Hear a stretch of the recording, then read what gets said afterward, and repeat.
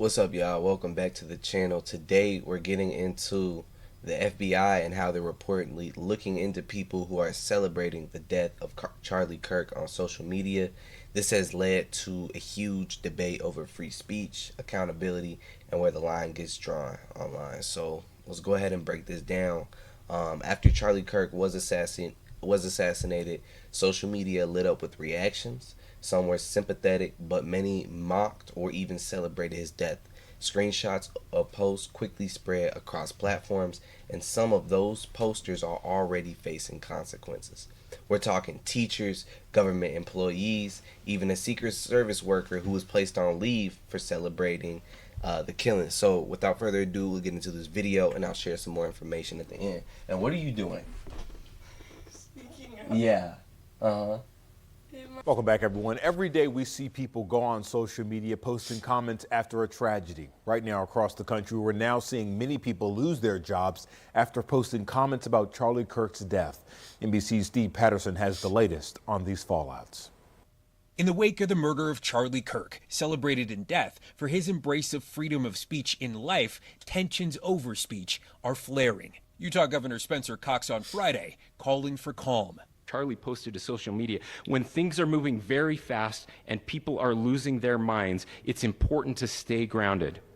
Turn off your phone, read scripture, spend time with friends, and remember, internet fury is not real life. But in the wake of Kirk's death, online fury indeed, and swift reaction to it. Man, everywhere. I've been seeing it on Facebook, Instagram. You can't go to a single social media platform without saying Charlie Kirk. Everything. Everyone's talking on this man's death. Two faculty members at East Tennessee State University, among several in academia facing backlash, placed on administrative leave following complaints about their online comments. In Florida, Governor Ron DeSantis' education commissioner issued a warning to teachers making disgusting comments about the shooting. Writing in a memo, "I will be conducting an investigation of every educator who engages in this vile, sanctionable behavior. Govern yourselves accordingly." The fallout also appearing in corporate America. Delta Airlines announcing it suspended several employees. I feel like a lot of people are just going a very, like, people get very confused. People got a lot of emotions and politics and things like that, and it forces you to kind of hate the other person for their views, when in all reality we're all human, and at the end of the day, whether you like the person or not, I feel like a lot of people are getting confused into celebrating his death.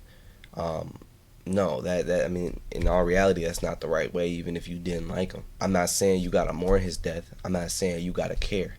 You don't gotta care. You can laugh at it. But when you go as far as to go online and ruin your public image and say disgusting, hurtful, and kind of sick things, I don't care who it is. If anyone loses their life, you shouldn't be celebrating it. Now, there's people who, and using an analogy, is like, it's cause and effect. And when you go out and you talk on these certain things, and you come so hard at certain individuals, it's just one of those things to where it's cause and effect. You do something and something finally catches up to you. So there's people going about it that type of way. But you cannot go on the internet completely celebrating his death. And honestly, you should never even go on the internet speaking nothing about someone else's death. Because a lot of times you're in the heat of the moment. You hear a lot of people and you're just kind of getting really defensive, and then you just go and say something outlandish when that's really not what you meant. What you meant was you not going to celebrate it, you don't care, and and that's cool. You don't have to care for the person. You can understand in your own mind that that's cause and effect. But once you go online and you start saying hurtful things like that, like he deserved it, anything like that, that's when you cross on the line. That's when you're going too far, especially as educators, especially as politicians, and I understand that we have freedom of speech, but we all see freedom of speech is just a word at this point. Freedom of speech is just a saying at this point. We don't actually have freedom of speech. And especially when you're in a position like that. Me, I'm a therapist. I can't go on the internet saying everything that come to my mind. Sometimes I gotta stop, think, and choose and really evaluate some of my decisions and some of my beliefs and things like that. That's why I encourage everyone to do is don't run to the internet. That's the first thing. I feel like that's what will catch a lot of us up. We run to the internet so quick. For their social media posts. I'm sorry, we don't put that here. Office Depot firing a Michigan employee who called a poster for a Kirk vigil propaganda and refused to print it. The company apologizing, saying in a statement, "The behavior displayed by our associate is completely unacceptable and insensitive." The response also in the federal government, a Secret Service agent put on administrative leave with an investigation underway following comments described as inappropriate. Tonight, a line being drawn over discourse. You should be allowed to say outrageous things. You should be allowed to say contrarian things. In the wake of the assassination of a... Y'all crazy for putting that clip up. Whoever made this video, y'all crazy for putting that clip up. But it's crazy because that's what this man's whole thing was spoke for. You should be able to say crazy, outlandish things. And now that he's gone, everyone's saying crazy, outlandish things. But one of the main contradictions that I see is it's a lot of Democratic liberals, whatever, speaking harsh things on him. But then you don't want people to speak harsh image on just being real.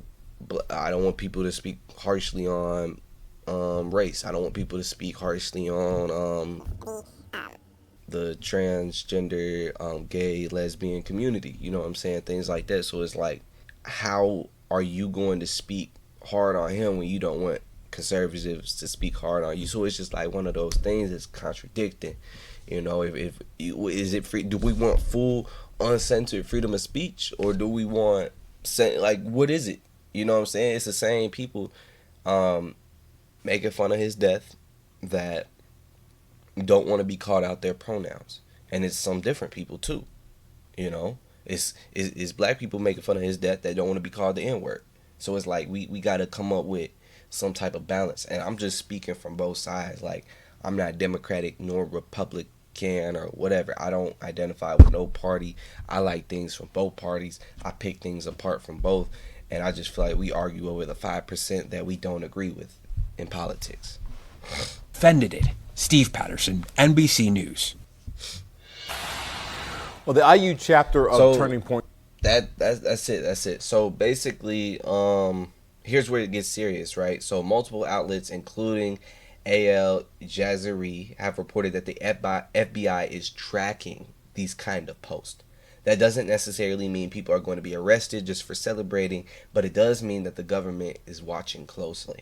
Some legal experts point out that falls into a gray area: protected speech versus indictments or threats. What we do know is at least one Secret Service employee was suspended. Teachers and other public workers have been disciplined or even fired, and the FBI has confirmed they're monitoring the online response. And what's unclear is whether any of these celebratory posts will actually lead to federal charges.